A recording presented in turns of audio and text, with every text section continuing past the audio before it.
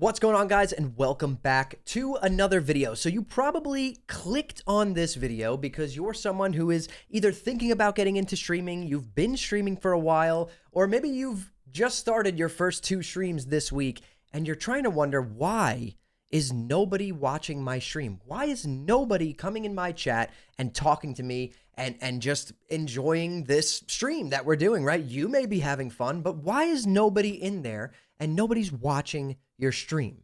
Now, there's a few different reasons why this is going to be happening, and over the years, I've been doing this for a really long time, and I've seen a lot of new streamers or new creators make the same mistakes that ultimately leads to people not watching your streams, and that's exactly what we're going to break down here in today's video. But before we do that, if you guys are some kind of aspiring streamer, whether you want to be small, medium, a big streamer one day, these guys are going to help you out. I need you guys to check out the sponsor for today's video. It's going to take your stream to the next level, and they are Owned.tv. Owned.tv is your one-stop shop for fresh new graphics for your stream. Whether you're on Twitch, YouTube, or Kick, you'll find something that's a perfect fit for your channel. They offer full-themed overlay packages, which are great if you're trying to give your stream a complete makeover, but let's say you're looking to pick up some new alert graphics, don't worry, because they've got you covered there too. You could find single graphics such as alerts, emotes, banners, panels, and logos as well. And one of the best parts about these overlays is that they are completely modular. So if you and your friends all pick up the same overlay, such as this Rodan one right here, you could change the colors and tweak it to match your brand, and none of you will have the exact same overlay. If you're looking to take your stream to the next level, be sure to check out Own.tv using my link below to support the channel. And don't forget, use code HAMMER at checkout for an additional 50% off your order. Now, back to the video. Okay, now that we're back, we could start breaking down the reasons why people could potentially not be watching your stream. Again, I've been doing this for a really long time, and I've seen people, go from nothing and become very successful in this industry, and I've seen people try for 3, 4, 5 years and still never make it to that point where their stream is actually generating them some kind of income.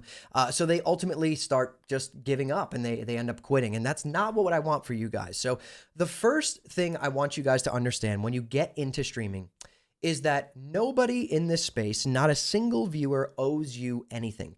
They don't even owe you their attention. So it's up to you to try and grab their attention, right? You need to be giving them something on your stream for people to want to watch your stream.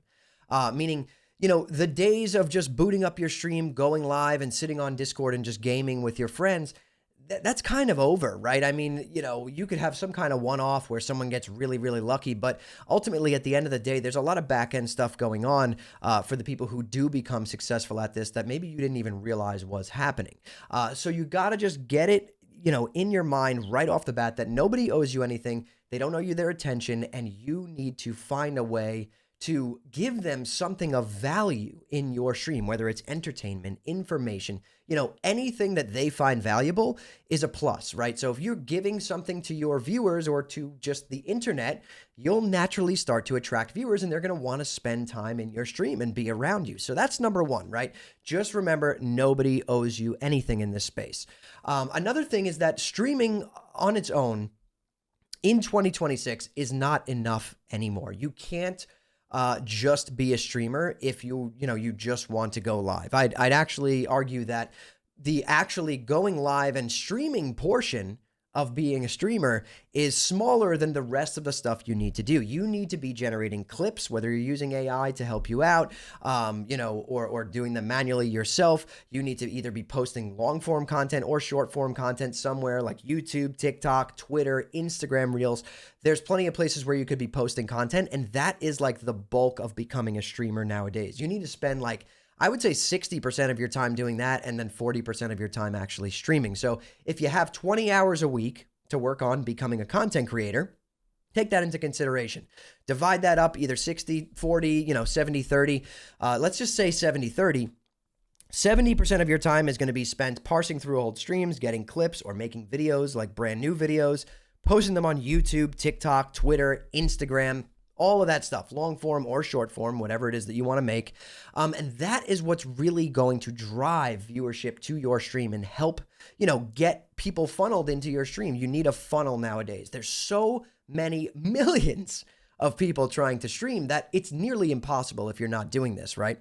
Another thing in this, that kind of leads into this next portion that I wanted to talk about, and that's that, to be completely honest, most streams are extremely hard to discover, right? There is almost no discoverability unless you're streaming on like just YouTube. Like there is some discoverability that comes along with that. Like even after you go live, your stream VOD is still there. It does show up in search sometimes. It can be recommended to people.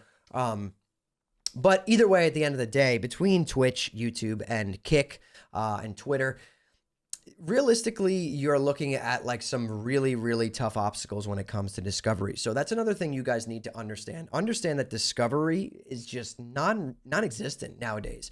And you need to be like just posting that content like we talked about in the previous tip to kind of kickstart your discovery, right?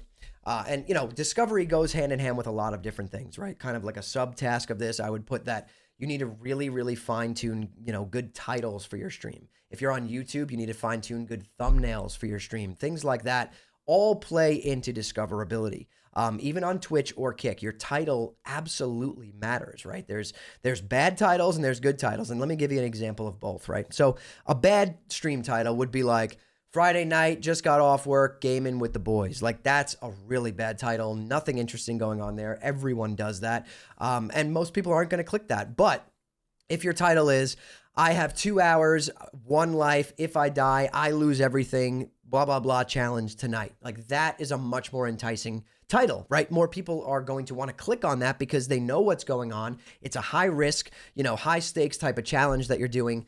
Ultimately more interesting than just gaming with the boys, right? And then the next thing I want to talk to you guys about is you need to understand the difference between entertaining and just broadcasting what you're doing. Now, what we just talked about, like just gaming with your friends, that would just be broadcasting, right? You're just sitting on Discord, you know, you're kind of like, whoa, blah, blah, blah, blah, we're gaming. You're talking to your friends on Discord and you're just playing games. That is just like broadcasting. You're just broadcasting what you're already doing. Now, streaming or entertaining, on the other hand, would be completely different. It would go hand in hand with like that good title that I gave you guys, or, you know, going live on your stream with a plan of action, right? You know, you have this whole thing planned out. For the first 20 minutes, I'm going to do an intro. We're going to talk about this. We're going to react to this video. For the, you know, at the 20-minute mark, we're going to boot up the game. We're going to explain the challenge. We're going to start the challenge. We're going to jump into it. Like having a plan helps to entertain your viewers. It helps keep them engaged. It helps keep them around. It gives them something to look forward to. They know that they're expecting something out of this stream other than you just, you know, sitting there playing games. And I think that that is one that's really, really important. And it has worked for me in the past multiple times. And I see this, you know, even now to this day that, you know, I mainly stream a lot of World of Warcraft because I have another YouTube channel that's like a World of Warcraft channel. You know, it's very successful. So that's mainly what I stream. It's, you know, I've been playing it for like over 20 years. It's like my main game. And to use myself as an example, in the dull times where there's not much going on, what people do in that community is most of the streamers in the WoW community create some kind of community-driven challenge. This generates hype. This drives views. This gets more people into your streams, right? And it works for me as well. So it is really like, you know, important to understand that your stream, you have to treat your stream as like almost like a show, right? You're not going to watch a show on TV every night that you find boring. You're going to want to watch something that you find interesting. So think about that when you're planning on going live. And this also, you know, kind of helps you understand, like when I was saying to split your time 60-40, 70-30, stuff like that.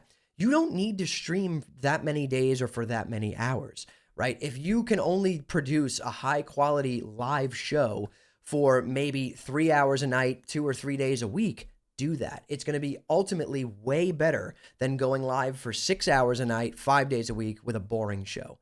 That's all I'm trying to explain here. There's a lot of reasons, you know, why viewers don't come into your stream or maybe they pop in and they leave. And the things that we covered in this video are extremely important, and the only reason I know them is because I've experienced them myself. I went from nothing to being able to turn on my stream now, and I get viewers every time. I get subs. It's a good time, and I enjoy it, and I want the same for you guys. It took me years and years of trial and error to kind of nail this stuff down and get this stuff right, and I finally got it, and I'm trying to help and share that information with everyone. So If you did find this video helpful in any way, hit the like button. It helps me out with the algorithm. Comment down below. Let me know your guys' struggles. Maybe you'll, kind of help me think of an idea for a future video in this series where maybe I didn't think of some of the struggles that modern day people trying to come up right now are facing. So drop your comments down below and subscribe to the channel. We do all this, streamer growth, YouTube growth. That's pretty much our thing here on this channel. So I hope you guys enjoy it. But anyways, thank you all so much for watching and listening in.